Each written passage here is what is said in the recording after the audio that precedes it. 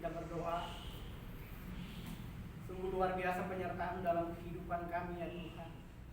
Walau banyak halangan, rintangan, cobaan, godaan dalam kami menjalani kehidupan kami, tetapi satu janji-Mu bahwa Engkau tidak akan membiarkan kami jatuh. Engkau tetap akan menopang kami, menuntun kami ke dalam kebenaran-Mu. Terima kasih untuk pemeliharaan penyertaan-Mu kepada kami sejauh ini ya Tuhan. Hari ini kami rindu dalam persekutuan yang indah ini ya Tuhan. Kami rindu membaca, mendengarkan, merenungkan firman-Mu.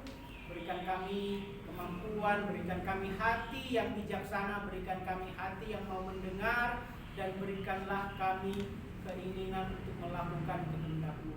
Terima kasih ya Tuhan, ini doa kami. Kiranya Roh Kudus-Mu menuntun kami sehingga kami boleh jadi pelaku-pelaku firman. Dalam nama Yesus kami berdoa dan bersyukur. Amin. Amin. Silakan duduk. Shalom. Shalom. Puji Tuhan, kita bertemu lagi di awal pekan ini. Dan ada orang yang berkata bahwa waktu itu tidak bisa menunggu.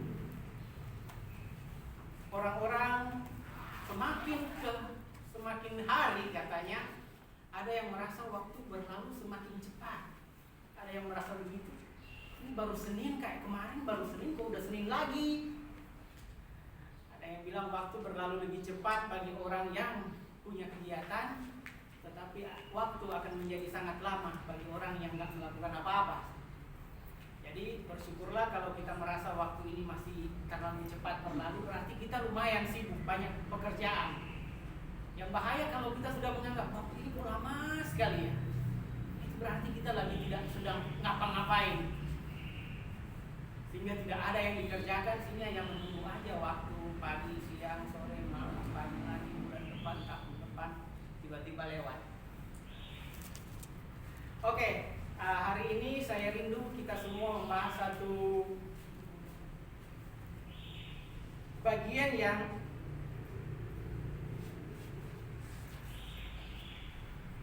menggerakkan kehidupan manusia.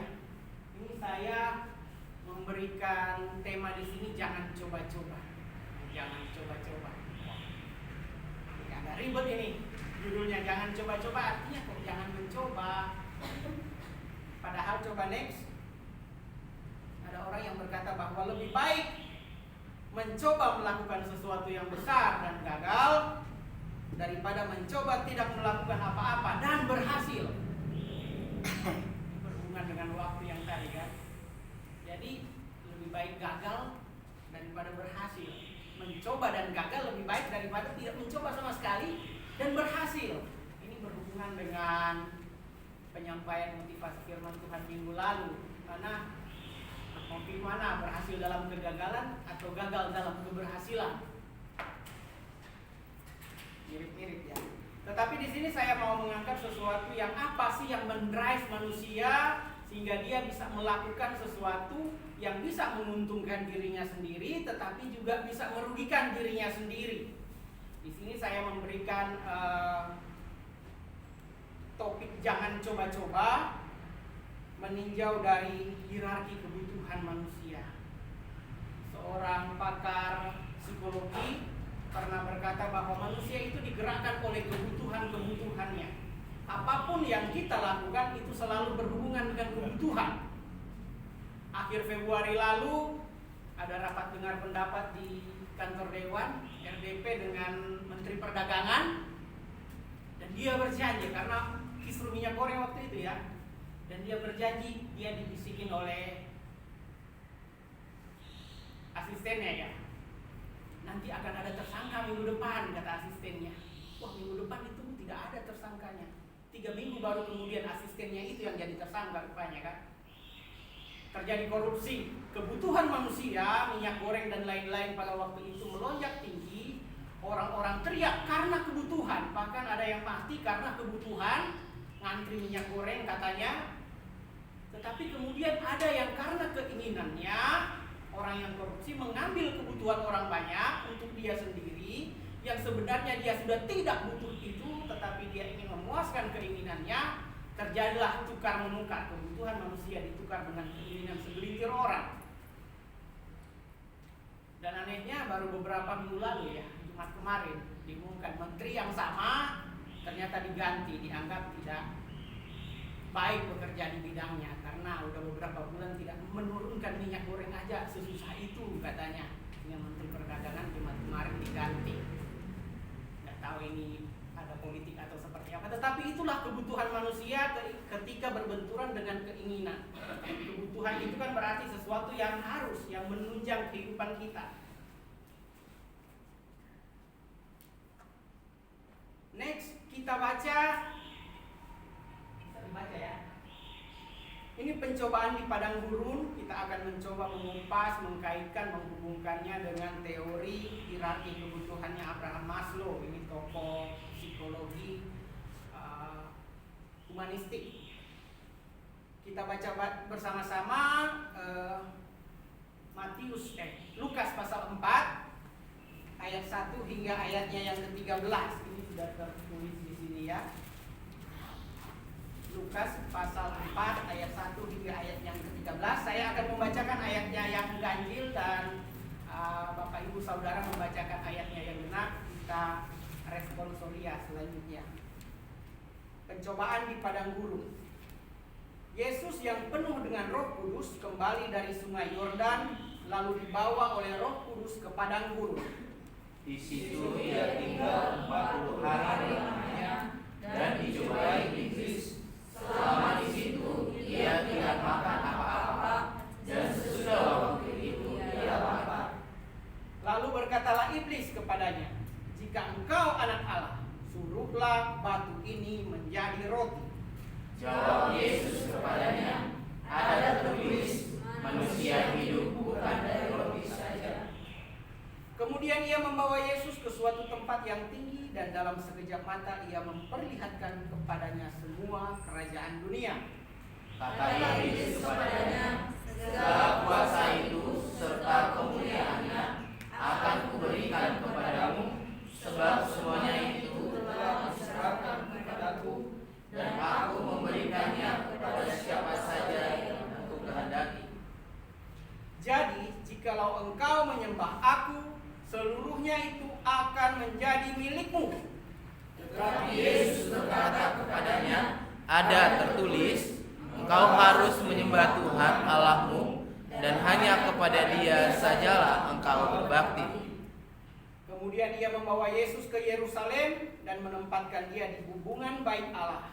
Lalu berkata kepadanya, "Jika engkau anak Allah, jatuhkanlah dirimu dari sini ke bawah. Sebab ada tertulis mengenai engkau, Ia akan memerintahkan malaikat-malaikatnya untuk melindungi engkau. Dan mereka akan menatang engkau di atas tangannya, supaya kakimu jangan terantuk kepada batu." Yesus menjawabnya, "Karena ada firman, jangan engkau mencobai Tuhan Allahmu." Sama-sama ayat 13. Sesudah iblis mengakhiri semua pencobaan itu, ia mundur daripadanya dan menunggu waktu yang baik. Sampai di sana pembacaan firman Tuhan. Ini diambil dalam kitab Injil Lukas. Ini berpadanan dengan yang ada di Matius pasal 4, cuma ada sedikit perbedaan di mana salah satunya urutan pencobaan itu agak terbalik untuk yang kedua dan ketiga. Kalau di Matius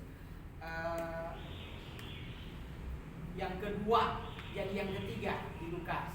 Seperti itu. Itu yang pertama, dan yang kedua di Matius tidak ada kata-kata penutup di ayat 13 di mana iblis menunggu waktu yang baik.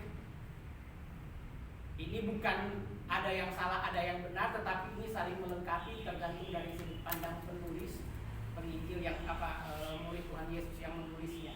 Tetapi kita tidak akan membahas secara teologikal gramatikal, tetapi kita akan membahas, kita akan membicarakannya dari segi pencobaan, isi dari pencobaan itu sendiri. Di mana yang namanya pencobaan berarti sesuatu yang ditawarkan ke kita yang seharusnya belum boleh atau tidak boleh kita lakukan, kemudian ditawarkan ke kita supaya kita lakukan. Itu yang namanya ini cobaan ini. Seperti kalau lagi puasa tiba-tiba melihat makanan berarti kita dicobai. Jadi Tetapi ketika kita ditawarin makan, orang itu mencobai kita. Kalau orang itu hanya makan sepintas tanpa niat kan, kita merasa dicobai, tetapi dia tidak mencobai. Tapi ketika dia menawarkan, dia mencobai. Tetapi kalau kita pun cuek saja tidak menanggapi, kita tidak merasa dicobai kan? Tergantung respon kita. Nah, ini manusia itu digerakkan oleh kebutuhan seperti yang saya katakan tadi, bahwa apapun yang kita lakukan di dunia ini selama kita hidup seharusnya ada motivasi di dalamnya, dan motivasi itu ujung-ujungnya adalah kebutuhan. Kenapa kita sekolah? Ya, supaya pintar. Kenapa pingin pintar? Supaya tidak dibodoh-bodohin kan? Kenapa pingin pintar? Supaya saya bisa bekerja di tempat yang bagus. Kenapa ingin bekerja di tempat yang bagus? Ya, supaya ada penghasilan. Kenapa pingin ada penghasilan? Supaya kebutuhan saya terpenuhi. Kenapa kebutuhannya itu harus terpenuhi? Ya, supaya saya bisa tetap bertahan. Ujung-ujungnya ke sana, ada kebutuhan. Kenapa kamu korupsi? Paling ujung-ujungnya ya karena ada kebutuhan, ada mulut yang harus dia beri makan, ada janji yang harus dia tepati. Makanya dia korupsi, bisa jadi motivasinya seperti itu. Jadi ketika kita mau membahas next, ini saya padankan dengan hierarki kebutuhannya Abraham Maslow. Ini teori psikologi yang sudah cukup lama, sudah cukup matang, banyak dibahas di beberapa bidang ilmu, terutama di bagian humanistik, bahwa apa sih yang menggerakkan manusia itu. Ternyata melalui pemikiran badan penelitian si Abraham Maslow ini, manusia itu digerakkan oleh kebutuhan yang ada, sehingga dia membuat suatu hierarki bentuknya piramida. Artinya kebutuhan yang paling bawah itu adalah yang paling besar, kemudian naik kebutuhan yang mulai mengecil, tidak terlalu besar. Artinya yang paling bawah itu kudu, istilahnya kan, harus. Yang paling bawah itu kalau tidak ada, yang di atasnya tidak bisa terpenuhi, harus memenuhinya sesuai urutan. Jadi yang di paling bawah itu ada physiological needs, kebutuhan fisik. Di sana ada makanan, minuman, tempat tinggal, itu kebutuhan fisik. Kalau tidak makan, mustahil kita akan melanjutkan ke kebutuhan yang selanjutnya. Dan ini yang menggerakkan orang-orang. Sebagian besar kebutuhan kita berkutat di apa yang harus kita makan, apa yang harus kita minum. Itu sarana penunjang kehidupan yang utama menurut teori humanistik. Kebutuhan akan untuk bertahan hidup, karena katanya orang itu kebutuhan utamanya cuma untuk bertahan hidup dan melanjutkan keturunan. Kebutuhan makhluk hidup, bukan hanya manusia, binatang, tumbuhan juga. Kebutuhan utama yang harus dicukupkan adalah bertahan hidup dan melanjutkan keturunan. Dan ujung-ujungnya itu yang dibutuhkan. Kalau tidak hidup, dia tidak bisa melanjutkan keturunannya. Akhirnya musnah, punah, karena tidak mampu bertahan hidup, tidak mampu melanjutkan keturunan, artinya punah. Dan tujuan makhluk hidup, dia bertahan hidup dan melanjutkan keturunan. Sehingga kebutuhan paling awal itu adalah kebutuhan akan makan dan minum untuk mencukupkan kebutuhannya. Tidak mungkin dia membutuhkan keamanan, security, padahal dia sendiri susah makan kan. Kita nggak bisa nyewa security, sekian uang kita habiskan untuk sewa security, tapi kita tidak bisa makan. Itu mustahil, terbalik. Biasanya orang ketika kebutuhan makannya, kebutuhan basicnya terpenuhi, kebutuhan perutnya terpenuhi, maka dia sudah mulai berpikir, saya ini tidak aman, ini terancam saya. Maka ada kebutuhan akan keamanan. Kebutuhan yang setingkat di atasnya, dia butuh keamanan, dia butuh safety, keselamatan. Sehingga dia menciptakan banyak hal. Dia bikin rumah, dia bikin sistem yang membuat dia aman. Dia menjaga jarak dengan orang lain. Supaya apa? Supaya aman. Artinya ketika kebutuhan terpenuhi, makan kita terpenuhi, kita butuh keamanan. Di atas keamanannya itu, keamanan dan kebutuhan makan ini basic needs. menurut si Maslow. Kemudian di atasnya ada belongingness and loveness, intimate relationship, friends. Ternyata setelah manusia merasa terpenuhi kebutuhannya, kenyang, terpenuhi, dia bisa makan dan minum dengan baik, dengan lancar, bisa bertahan hidup. Dia membutuhkan keamanan, dia membutuhkan keselamatan supaya tetap hidup. Setelah itu terpenuhi, dia membutuhkan ternyata kepemilikan, belongingness. Artinya dia butuh perhatian, dia butuh cinta, dia butuh relasi, relationship, karena manusia pada dasarnya adalah makhluk sosial. Dan ketika dia merasa kenyang, dia merasa aman, dia akan mencari orang yang dia bisa berinteraksi. Apa gunanya manusia bisa memiliki segalanya tetapi sendirian, katanya seperti itu kan. Dia mulai berinteraksi, apapun yang dia dapatkan dia mulai share. Dia butuh perhatian, dia butuh mencintai, dia butuh dicintai. Itulah manusia, makhluk yang unik. Kemudian di atasnya ada esteem needs. Esteem needs itu ada sesuatu yang ingin dia capai. Ada sesuatu yang di atas kebutuhan perhatian yang ingin dia capai supaya orang bisa melihat dia ini kesuksesan, keberhasilan. Ada sesuatu yang ingin dia capai. Dan itu semakin menurun. Ada yang nggak sampai di situ, ada yang nggak sampai saya berhasil mendapatkan suatu posisi tertentu, saya berhasil mendapatkan suatu jabatan tertentu. Ada yang nggak sampai ke sana, tetapi tetap bisa bertahan hidup karena fokus pada kebutuhan yang di bawahnya. Tetapi ketika kebutuhan yang di bawahnya itu terpenuhi, dia ada hasrat lagi ingin mengembangkan diri, ingin mencapai sesuatu yang lebih, ingin mendapatkan yang lebih. Keberhasilan, prestasi, pencapaian itu bagian dari kebutuhan selanjutnya. Dan di atas semuanya itu menurut Maslow adalah self actualization. Dimana kalau kebutuhan-kebutuhan sebelum self actualization ini adalah kebutuhan ingin menerima sesuatu, tetapi menurut Maslow kebutuhan yang paling atas ini yang hanya sangat sedikit orang mencapainya adalah kebutuhan untuk memberikan sesuatu.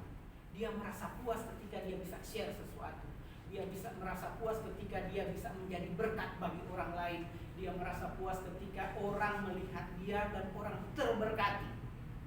Itu self actualization, mengaktualisasikan diri. Bukan karena apa yang ingin dia dapatkan, tetapi karena apa yang ingin dia berikan. Itu aktualisasi diri. Nah, apa relasinya atau hubungan dengan pencobaan-pencobaan yang telah kita baca tadi yang dialami oleh Tuhan Yesus? Ternyata iblis itu adalah salah satu yang bisa dikatakan profesor dalam hal mencobai. Dia punya banyak trik, dia punya banyak cara. Jangankan kita, Tuhan aja dicobai. Harusnya dia udah tahu ini nggak bisa dicobai. Tetapi yang namanya pencoba ya coba-coba aja kan, namanya juga coba-coba. Mungkin dia berprinsip seperti kata-kata pembukaan tadi, lebih baik mencoba dan gagal daripada tidak mencoba dan berhasil. Dicobai Tuhan Yesus menurut yang kita telah baca tadi.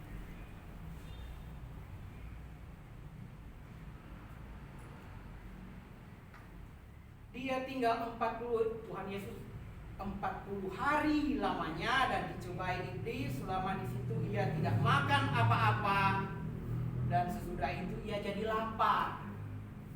Banyak yang masih mengembangkan ayat ini bahwa Yesus tidak makan dan minum atau hanya tidak makan saja.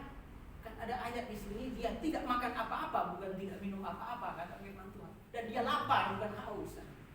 Itu pembicaraan menarik yang bisa cukup panjang, tetapi kita tidak akan membahas itu. Tetapi kita membahas di sini Yesus merasa lapar. Ada kebutuhan yang mendorong untuk harus dipenuhi. Ketika kita lapar, salah satu cara terbaik untuk menyelesaikan hal tersebut adalah makan, ya kan? Kalau lapar ya makan. Mungkin ada cara kedua, entah cari kesibukan apa, tetapi yang paling utama kalau lapar ya makan, kalau haus ya minum, kalau ngantuk ya tidur. Itu sudah berlangsung seperti biasanya. Tetapi Yesus punya misi, dia punya hal yang harus dibuktikan, bahwa manusia tidak hidup dari roti saja, tidak hanya berdasarkan makan saja. Dia mau menunjukkan ketika iblis datang, kamu sudah lapar loh, sudah sekian hari tidak makan, kamu kan anak Allah, ubahlah batu-batu ini menjadi roti. Itu cobaan yang berhubungan dengan makanan. Kalau next, ini first temptation, cobaan yang pertama. Di situ ia tinggal 40 hari lamanya dan dicobai iblis. Sudah lapar, dan Tuhan Yesus bisa nggak rubah batu itu menjadi roti? Secara teori, secara teologis bisa. Jangankan roti, batu itu jadi roti. Iblis itu pun dirubah jadi roti sepertinya bisa. Cuma kan kalau itu nanti Tuhan Yesus menuruti kata-kata si iblis.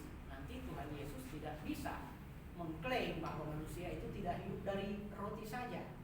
Tetapi di sini Tuhan Yesus mau menunjukkan bahwa kebutuhan-kebutuhan yang ada itu bisa dikesampingkan jika kita punya satu tujuan, satu motivasi, satu pencapaian yang harus kita raih.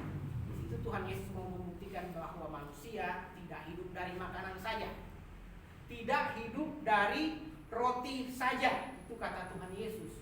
Bukan berarti tidak hidup dari roti. Nah, beda. Ada kata saja di situ, berarti dari roti juga iya, tetapi bukan dari roti saja. Seperti mahasiswa IKSM tidak belajar dari STT IKSM saja, karena belajar juga dari tempat pelayanan, dari tempat lain. Demikian manusia tidak hidup dari roti saja. Harus tambahkan itu. Jangan manusia tidak hidup dari roti. Udahlah, kita mau makan. Nah, ini dari roti enggak, dari nasi ya kan. Tapi dalam arti tidak hidup dari makanan saja. Dari makanan saja. Ini langsung mengkonfrontasi kebutuhan teori kebutuhannya Abraham Maslow, bahwa manusia itu tidak bisa hidup tanpa memenuhi kebutuhan akan makanan, kebutuhan akan kebutuhan pokoknya akan minumnya harus dipenuhi. Tetapi Tuhan Yesus berkata bahwa tidak semata-mata semuanya untuk hal tersebut. Ada hal-hal yang demi kebaikan yang lebih lagi, kita masih bisa mengesampingkan kebutuhan utama, tetapi tetap dalam batas-batas. Mungkin Tuhan Yesus tahu batasannya. Dia belum akan mati ketika tidak makan hal tersebut, tidak merubah batu itu menjadi roti. Tuhan Yesus tahu batasannya. Jangan kita ikuti, kita sudah mau mati sakit mah saya harus 40 hari lagi kan, kata Tuhan Yesus. Nah, itu artinya kita tidak bijaksana. Tetapi bisa. Kebutuhan manusia itu dengan hukumnya Tuhan bisa dikesampingkan sebentar untuk kebutuhan Tuhan. Cobaan yang kedua. Kemudian ia membawa Yesus ke Yerusalem dan menempatkan dia di hubungan bait Allah, lalu berkata kepadanya, jika engkau anak Allah, jatuhkanlah dirimu dari sini ke bawah.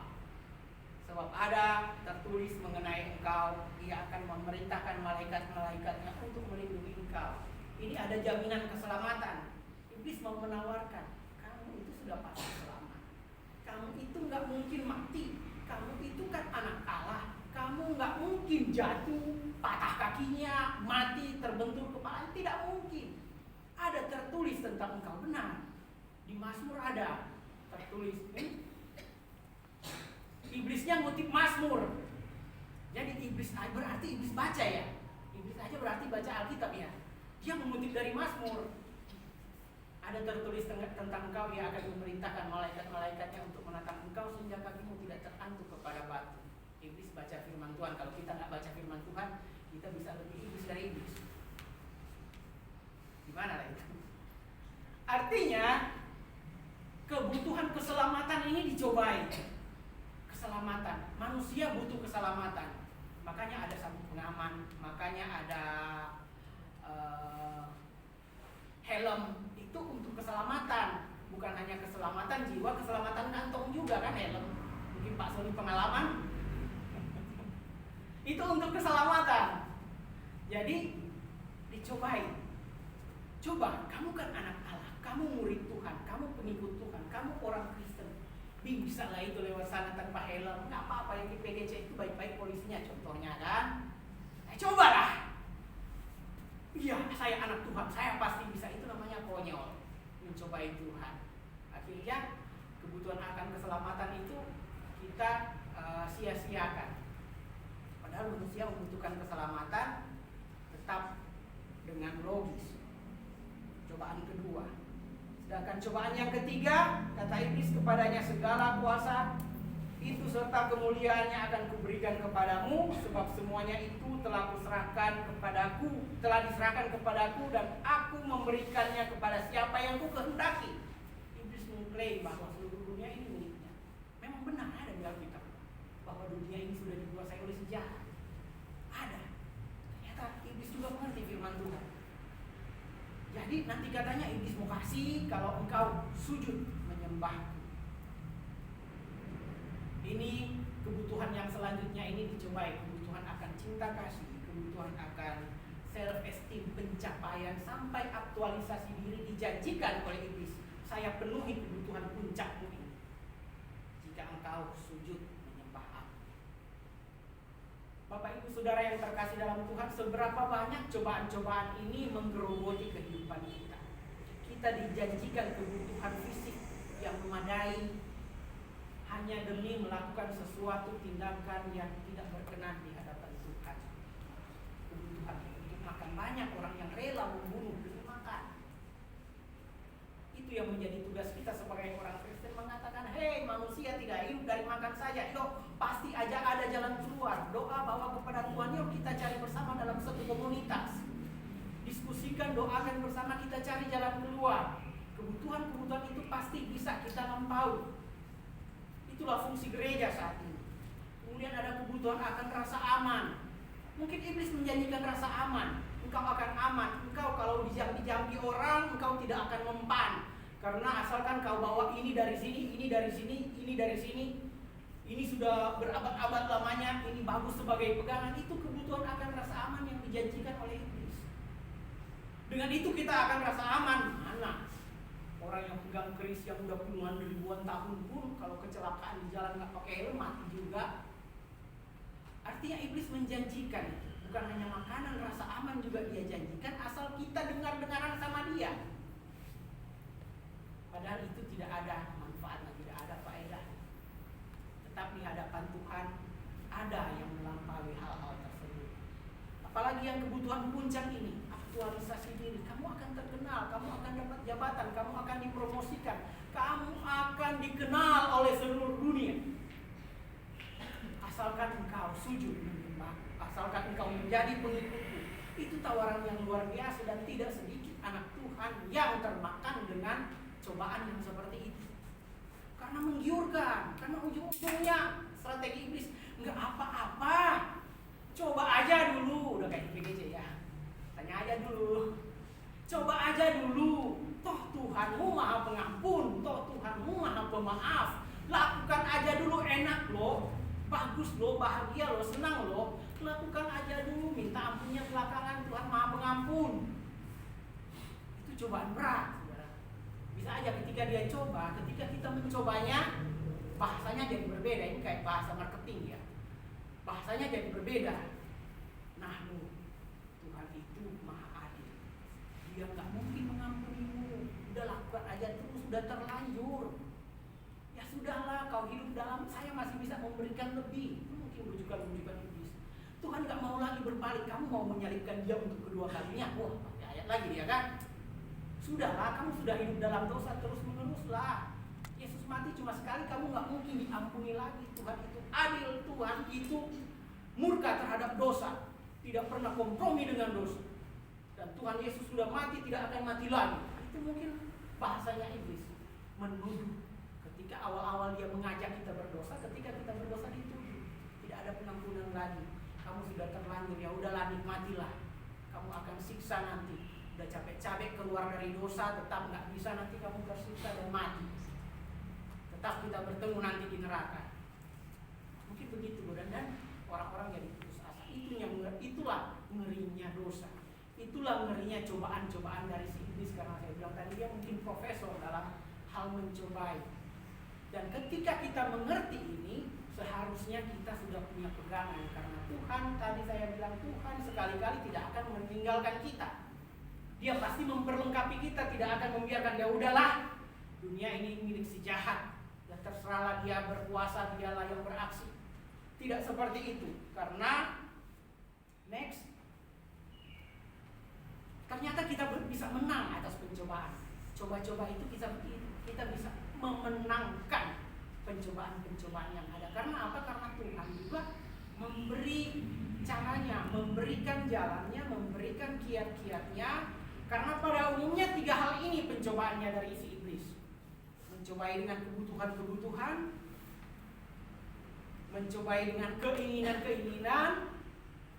Kalau kebutuhan kan sesuatu yang menunjang kehidupan kita. Kita dijanjikan dicukupi kebutuhan dengan melakukan hal yang tidak sesuai dengan kehendak Tuhan. Kita juga dijanjikan dengan keinginan-keinginan, hasrat untuk berkuasa, untuk menjadi lebih baik, untuk sukses dalam hal apapun, untuk mendapatkan apa yang kita inginkan, kita harapkan, dijanjikan. Bisa, asal kau ikut aku. Itu juga janjinya si iblis. Kemudian ada keangkuhan di sana. Keangkuhan, kesombongan, kecongkakan. Inilah aku paling berkuasa, aku penguasa seluruh dunia. Ada rasa angkuh. Secara psikologis itu ada rasa angkuh di dalam diri manusia. Ingin didengar, ingin berkuasa, ingin mengatur orang lain, makhluk ciptaan yang lain. Itu ada keinginan itu, benih-benih itu ditanamkan oleh kuasa gelap. Kemudian bagaimana cara menang atasnya? Ketika kita ditawarkan oleh kebutuhan yang mendesak dan melakukan yang tidak baik bagi yang bertentangan dengan kehendak Tuhan. Ibrani 13 ayat 5 berkata, janganlah kamu menjadi hamba uang dan cukupkanlah dirimu dengan apa yang ada padamu. Karena Allah telah berfirman, aku sekali-kali tidak akan membiarkan engkau dan aku sekali-kali tidak akan meninggalkan engkau. Ketika kebutuhan mendesak menghimpit kita, kita jangan langsung mencari. Biasanya orang kan langsung mencari jalan sendiri dulu kan, cari jalan kiri, jalan kanan, jalan depan, jalan belakang, jalan bawah, mentok-mentok nggak bisa, baru jalan atas. Tuhan tolong. Biasanya Tuhan jadi last priority, prioritas terakhir. Kalau udah nggak bisa ngapain, senggol kiri, senggol kanan, nggak bisa, depan, belakang, bawah, udah nggak ngapain, baru lihat atas. Mungkin dibalik caranya, doakan dulu kepada Tuhan, ke atas dulu, minta petunjuk, baru kita coba kiri, kanan, depan, belakang, atas, bawah, kita coba. Tetapi kita bawa dulu kepada Tuhan, karena Dia punya janji, aku sekali-kali tidak akan meninggalkan engkau. Minta hikmat dari Tuhan, pasti ada jalan keluar. Kemudian ada keinginan-keinginan yang berlebihan. Keinginan-keinginan entah untuk berkuasa, entah untuk menjatuhkan orang lain, entah ada keinginan yang sebenarnya tidak penting, tetapi hanya pingin saja, pingin terlihat sukses, pingin terlihat seperti orang lain, pingin terlihat seperti orang berpengaruh, pingin terlihat berwibawa. Tapi Tuhan berkata, 2 Timotius 4 ayat 5, tetapi kuasailah dirimu dalam segala hal, sabarlah menderita, lakukan pekerjaan pemberita Injil, dan tunaikanlah tugas pelayananmu, garis bawahi. Kuasailah dirimu.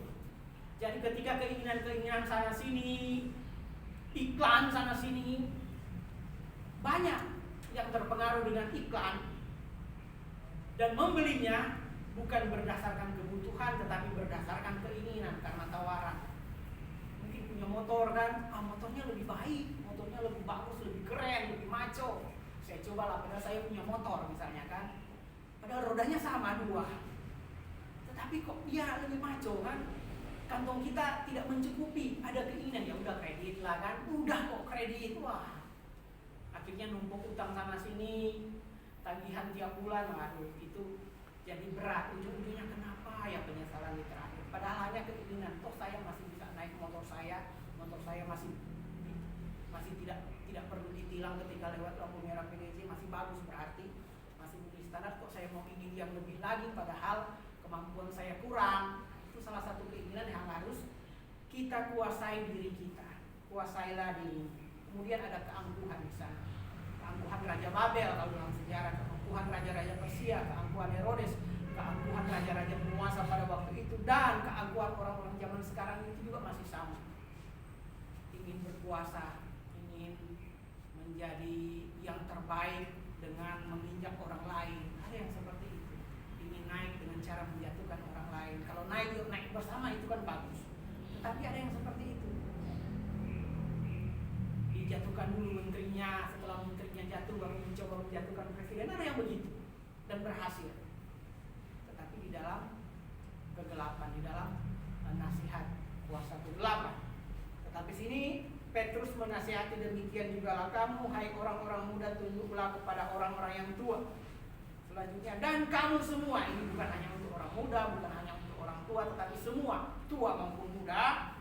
Dan kamu semua, rendahkanlah dirimu seorang terhadap yang lain, sebab Allah menentang orang yang congkak, tetapi mengasihani orang yang rendah hati.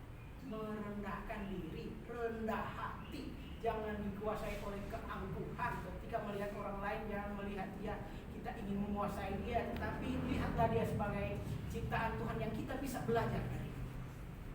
Semua manusia di hadapan Tuhan derajatnya sama, tetapi ada juga yang memang mungkin dalam segi ekonomi, dalam segi pendidikan, dalam segi sosial, dia mungkin lebih rendah dari kita. Mungkin, karena ini perspektif manusia soal tinggi rendah.